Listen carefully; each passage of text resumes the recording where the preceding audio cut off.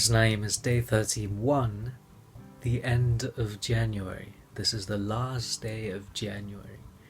I've done a whole month of videos journaling about it, about my experience.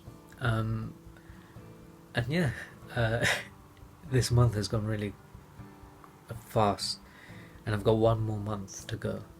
I mean, one more month, 11 months to go. But considering how fast this went, it's possible I might, do a whole year. It's crazy. Okay, day 31. Write down the life lessons you learned from this experience. So I think from yesterday, overcoming failures, and one of the things I said was job interviews. A life lesson I've learned. Well, I've learned that on the one hand, I get better with each interview, and I sort of craft and hone in on my skills. The other problem, though, I do find, is that it's demoralizing, and I mean really demoralizing, when you put in the effort of learning about the company, and not only that, I'm actually interested in the product or service or what you provide for people. I'm actually sold. I'm not just saying it. I actually think it's an ingenious thing you're doing. But you don't hire me, because this happened to me once. I was applying for an MRI scan company, and I never thought of doing an MRI scan company, but A, because I'm sort of intellectually stimulated, I thought, hey, this is quite cool, and B, I actually think it provides people, with solutions that currently the NHS can't really do. Now, I mean, ideally we would like a national health service, but I mean, I understand the arguments for private healthcare as well, because A, you can afford it, and B, it's sort of like a premium that you anyway. In principle, I don't think there should be private, because there should be a good. But anyway, sorry. And I did the interview great. The first interview went amazing, and then I had a second interview where I had to write an article about something, I can't remember what, and that she liked it, and then I had 3 headline ideas for other articles.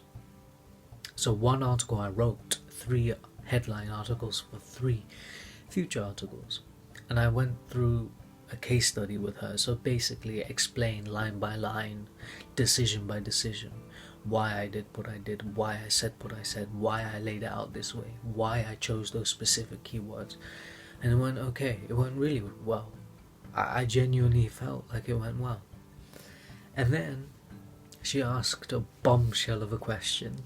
It was a very technical one, which I don't think I was to know, and I tried finding it on the website, and I could have done better because it was buried in the website. But she asked the question, so this article you wrote, what category would you put it in? Would you put it in the diagnostic MRI scan, or the preventative MRI scan, or something like that? And I asked for clarification. I asked, okay, what do you mean by this? I guess there was a brief pause from her, because I thought she thought I would know. I didn't know. And that was a pivotal moment. That was the deciding moment that basically said, nah, you didn't really answer this question well compared to the other candidate. There was another candidate, because normally every time I apply for jobs, you're competing with hundreds of people, and I was right there at the finish line, and I just couldn't answer that question correctly.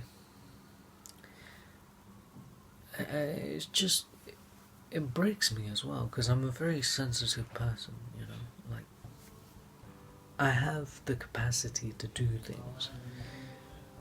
I have the yearning to learn, the It's very windy today. Honestly, there's like a storm or something.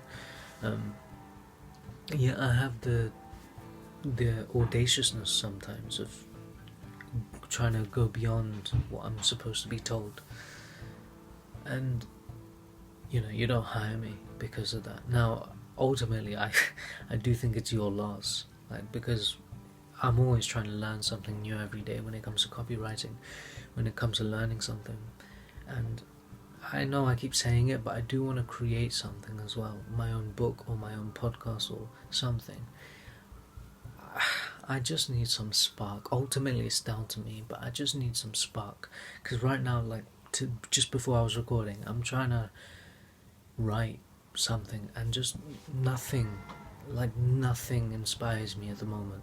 I don't know what it is. Like, I want to create, I want to produce, and I'm just lacking inspiration, or lacking, I don't know what it is. And I have faith that I will do good at some point. I shouldn't say this because it will bring me down, but I'm 24. It was 2-3 years ago I graduated, and yet I don't feel like I progressed in terms of, I haven't had a lift off. So I don't feel proud of where I am at the moment. And I guess I do better at interviews and answering questions, but there is this sort of imposter syndrome of, I mean, is it really for me if I've not progressed?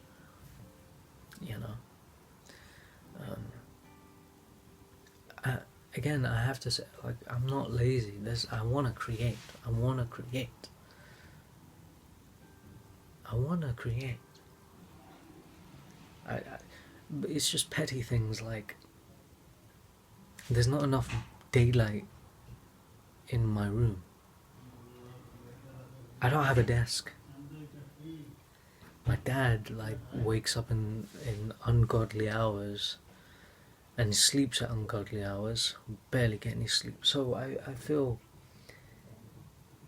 like there's no inspiration, which is why a lot of the time I take walks, hour-long walks outside our home, because that's the only time I feel productive, oddly, when I'm at home.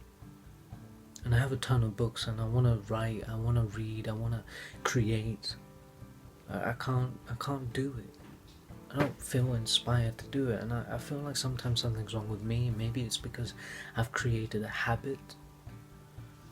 But even times now where I feel like I'm trying to break that chain, and I've had a few times where I try to break that chain, that cycle of repetition, of mundaneness, that ordinary life. I want to actually step out of my comfort zone and do it. Something's holding me back. Either it's because of money, either it's because of lack of confidence, either it's because of lack of inspiration. I don't know what it is, but I do have the drive. I just don't really have the execution, possibly. Yeah. I guess that's what I've learned. But tomorrow is February, a new month. It's a new year. That's why I started. Yeah, and yeah, peace, much love, bless, take care.